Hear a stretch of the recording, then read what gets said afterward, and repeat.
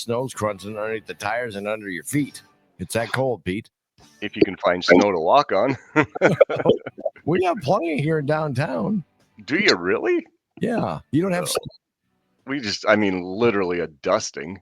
Just, that's all we got to. Yeah, I'm gonna say, man, you must have been what did you do wrong to have a cloud hang over you? Vikings. I was gonna say, we'll get to that, right?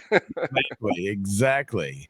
In the meantime, though, Pete, what obviously road construction, things like that are all pretty much done. The guys and the gals have the plows on the vehicles and ready to get out there. Or were they out there today, or they just no? Not in our area. Right before we went on, I checked our website, and there are close to 200 plows out in the state. They're west of us, south of us, and east of us. There's like a half circle over north central Iowa where there aren't any plows out.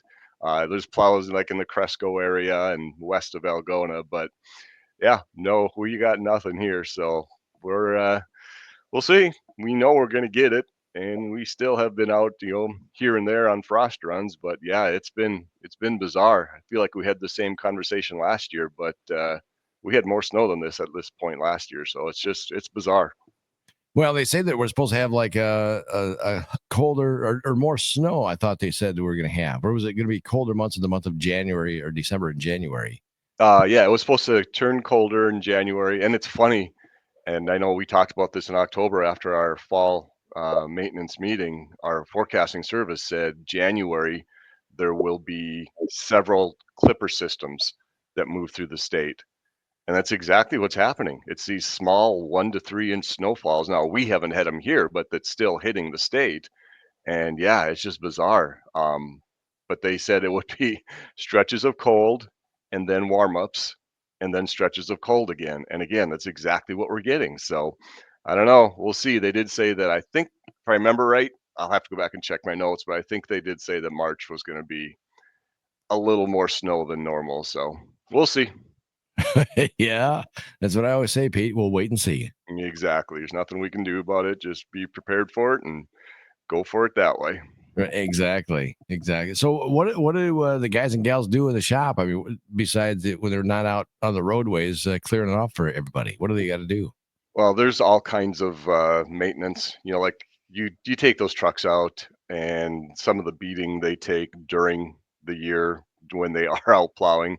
There's always maintenance that can be done. And yes, they've had plenty of time, and they are probably caught up on that. But it's just like anything at the house. If you sit around and look around, you can find stuff to do.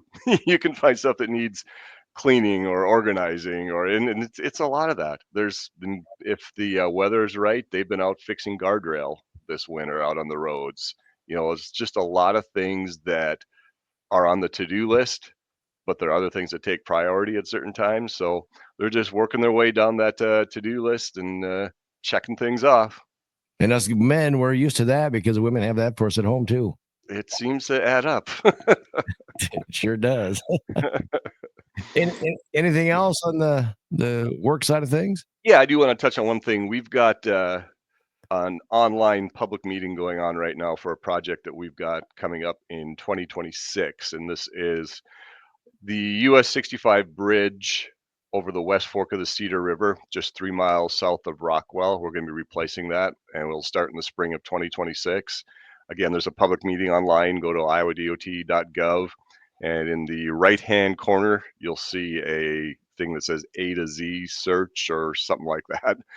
Click on that, and then go to the P for public meeting project related, and click on that, and then it'll be the first thing. There's a narrated PowerPoint there that you might recognize the voice on that will give people an idea of what's going to be happening with the project. And yes, it will be detoured using B60, S56, and C13, but we are, because of the conditions and the way the bridge is, we are able to do this one a little differently. Instead of initially tearing it out right away in the spring, we're going to do some of the substructure work underneath the bridge without tearing out the bridge.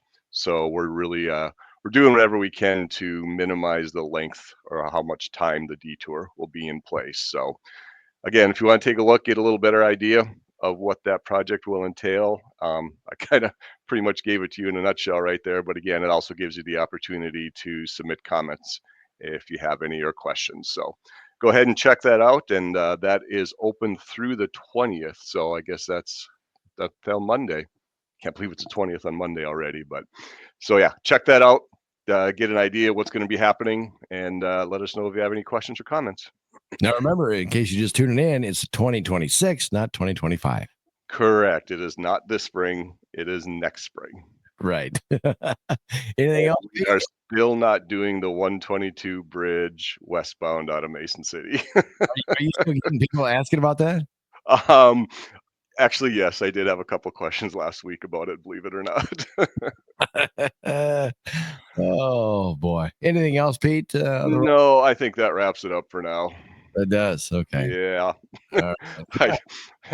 I'd rather just talk about work than what's coming up next. But That's the DOT update. We do it every Tuesday as long as technical difficulties don't get in the way. But I missed you last week. It's all brought to you by Mason City All Risk Insurance. Had people last week that missed you, Pete, because, hey, when's Pete coming back on again? Well, here we are. Yeah, well, it's good to hear, but they probably just wanted to hear us sad and disappointed like we are again today.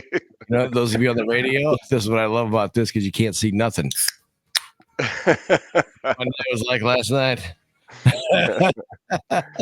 Oh yes. Yeah. The dreadful, we knew it was coming, Pete. And they said all us Viking fans last week, or all the Viking fans were like all down in the dumps, and they're going to be okay. We were 2-point favorites at the time. And, well, yeah, what was the final score last night? I don't even remember. Was it 27-9 or something like that? Yeah, we don't remember it anyway. Yeah, why would we want? I should have went to bed. I just sat there and got mad. So, but don't have to worry about doing that now until September. Right, exactly. We got about 7 months to recuperate from this whole thing. Yeah, it was disappointing. It's just, I don't know. Everybody's pointing the finger at Darnold, and don't get me wrong, he gets a lot of it. Like we were talking before we went on air, I saw at one point in the third quarter he was like 14 out of 20, which is 70%, which is really, really good. Right. But it wasn't that. It was the sacks he was taking and not getting rid of the ball. And obviously that fumble that was returned for a touchdown was huge. It's just, well, the one thing it did, and obviously I'm not in the front office, but 3 weeks ago, I was like, nope, sign him. I don't care if it's just a 1-year deal, 2-year deal. Get him out of there now. Now it's like, something, I can sit and watch a second-year player make those same kind of mistakes and learn from them. So, yeah, it's too bad. It is, because I think Sam Darnold did obviously an amazing job. 6.5 wins were predicted, and we get 14. But, man, the big game was obviously too big for him. Both the Detroit game and last night, it just was too big for him. It was so obvious. Yeah. Well, his money went down too, so he's not going to. If he was going to get a $60 million contract, it went down to 25. Yeah, the thing is, and this is, I guess, put things in perspective. We're laughing or not laughing maybe, but kind of feeling a little bit bad for him of all the money he lost. Yeah, because he only made $10 million this year. Right. Poor guy. And somebody will take a chance on him next year, and they should. Right. Hopefully the big game experience he got with us, even though he didn't come through, hopefully it made him better. I was really hoping it would have made him better from last week to this week, but obviously that was not the case. Right. That Stafford, he's a heck of a quarterback. He really, and I've said that I when he was with Detroit, I said, you know what, Vikings need him. Oh, I agree. I have always liked Matt Stafford. Yeah, always. He handled himself so well in the losing. He never complained. Right. He just went out and played and put up numbers and took a beating. And yeah, no, I'm actually happy for Matthew Stafford. I wish it wasn't with us or against us last night, but I am happy for Matthew Stafford. I think he's a pretty good dude and obviously a very good quarterback. So here's how my predictions are, or not my predictions, who I'm rooting for as we move through the playoffs. Since we're out of the game now, Pete, is you got to root for the Rams because they killed us. Okay, for this coming Sure. week against Yep. the Eagles. I hate the Eagles, Yes. and then I'm going also for the Lions. Are you? I'm going for the Lions, and then when it gets down to the Rams and the Lions, because I think that's what it's going to be, Mm-hmm. and it's Lions all the way. Yeah. I'm on board. I'm jumping on the wagon, folks. That's what's happening. There's nothing wrong with that. No, they're an NFC North team. I have always, and I know you're supposed to cheer for your conference or division or whatever. Right. I have always had a hard time cheering for any of the teams in our division. I just Yeah. have a hard time with it. I Well, can deal with it because yes, I do love the story. I do, and again, they seem like they got good players, and obviously Dan Campbell is a awesome personality. But yeah. we'll see. I'm just gonna watch and relax and just let the games happen in front of me for entertainment Well, and yeah. not get involved. Well, yeah, but you got to have some sort of team. So I, if it was the Packers, I'll tell you straight out, I ain't rooting for you. Yeah, I'm sorry. I had a conversation with a Packer fan the other day. He just cannot stand the Vikings. right. Huge Packer fan. We went back and forth yesterday. Was it yesterday or the day before? Went on the phone, and we were both talking about it. He says, Jay, I'm going to have to, as much as I hate the Vikings, I'm going to have to go for them if we get into the Eagles Mhm. because he hates the Eagles even more than the Vikings. Sure. So he was, and I said, and I didn't say nothing about, I wouldn't even vote. I wouldn't even go for the Packers. You just did. But I'm not. Even if they would, if it was a situation where the Packers were going to be, like the number one seed and going on, I wouldn't root for them. Yeah. I just can't. I don't know what it is, but I just don't. I can't do it. And I'll probably lose some people from saying that from being a Viking fan, but I just can't do it. Sports loyalties are very strange, but very strong. Yeah. Well, but and the reason for the Lions is because they've been through so much over the years and been at the bottom of the division. And now 2 years in a row, they've actually won the division. Now they're moving on. They got a great team, like you said, and they got a great coach. Dan Campbell's an amazing individual, not only just a coach, but also a person. Right. And so I got to go for the guy. Here's my argument with that, Jay. What? Did you see the banner they put up last night toward the end of the game? Who, for the Rams? No, for the Vikings. No, I did not. The Vikings are the oldest franchise in Major League Baseball, NHL, NBA, or NFL without a championship.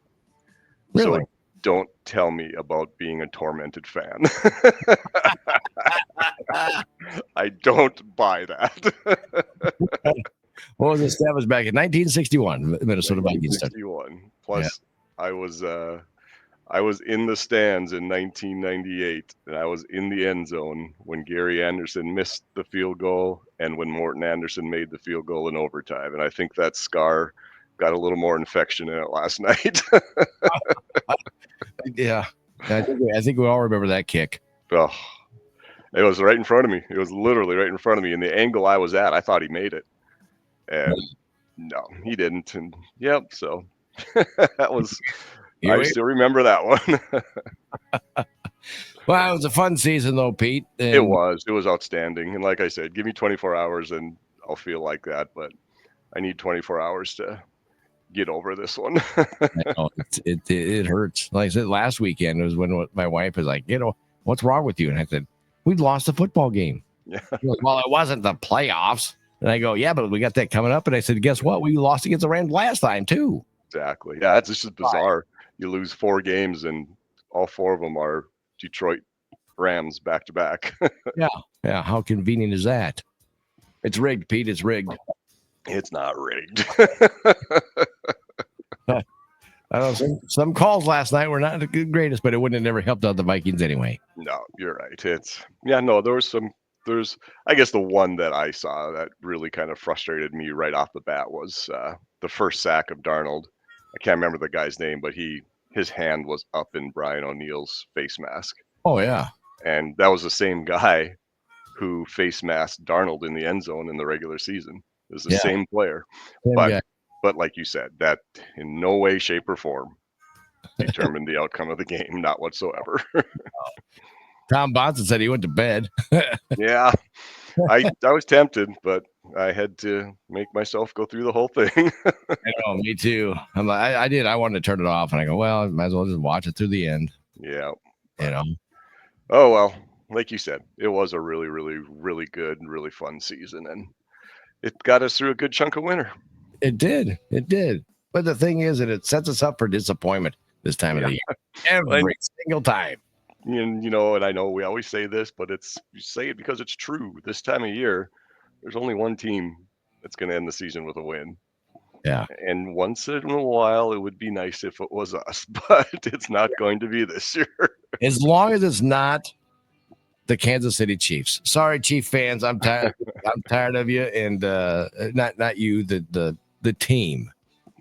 Same thing as the Packer fans. It gets that way. Every dynasty in the second or third year, people want something else. It was the same with the Patriots, Cowboys. Oh, yeah, it's the same, but yeah, it's gonna be interesting. I tell you what, I'm a Bills fan. I like Buffalo. Yeah, Josh Allen's a good quarterback. I like that too. So fun to watch, and we'll see. There's some good teams left. Baltimore, Lamar Jackson's incredible. He's just amazing. But yeah, you can't argue with the 4 teams that are left. Right? No, you can't. They're all pretty good, but 8 teams, I guess, but 4 on either side. So yeah, no, and Washington, man, Jaden Daniels. Holy crap, he's fun to watch. Yeah, right? Yeah, so fun to watch. So yeah. And they've been a team that's been horrible too for years. Yeah, exactly. So guess what? They've got a Super Bowl. we still don't. I'm pouting, Jay. I know. Packer fans are coming after us now. Yeah, that's fine. I'm used to it. Yeah, exactly. How many trophies do you have in your case? 0. Wow. Yeah, we got none. How many do you have? I don't know. 2 we got 0, and guess what? We're still fans. We're a bunch of losers. Yeah. Well, we are. Oh, well. Yeah, it is what it is. That's right. I'm good with it, though. So that's right. I said, though, if the Vikings would have made the Super Bowl, I would have drank Old Style. Oh, yeah? My brother-in-law's beer, yeah. Okay. So, he thought, well, I'll never live to see this, but Old Style. Yep. But I guess I don't have to worry about that now. Yeah, well, maybe next year. Keep the Busch Lights and shots. There you go. Shot for every touchdown. Didn't have any last night. No. Well, we did. We had 1. Well, yeah, but I didn't get the shots out. Yeah, I don't blame you. No, it was already like, so what? Kind of anticlimactic. Yep, exactly. Well, Pete, have yourself a wonderful week, and we'll catch up to you again next week. And yes, we will. See if there's any more developments or a recap of what happened on the online there. Sounds good to me. And we'll again go check out that website, iowodot.gov. Go to the public meeting project related page and check out that US 65 project that'll be in 2026. All right, sounds good. Oh, one more before we left. Danielle said at least the Vikings fan should be used to them choking during playoff games. It's so funny. I was texting with some friends last night, and I said the exact same thing. I said, well, at least we should be used to this. And then I put ... but I'm not. Yeah. But I should be. At least they are consistent. Thanks. Yeah, there you go. Thanks. Oh, yeah. What are you, a Packer fan? Probably a Chiefs fan. Seems like some probably. Either way, she's a fan of either one. There you go. Or one or the other. So. Hey, at least she wrote in. She's actively involved. Exactly. Pete, thank you, and see you next week. All right. All right. You too. Thanks, Jay. That's the good stuff.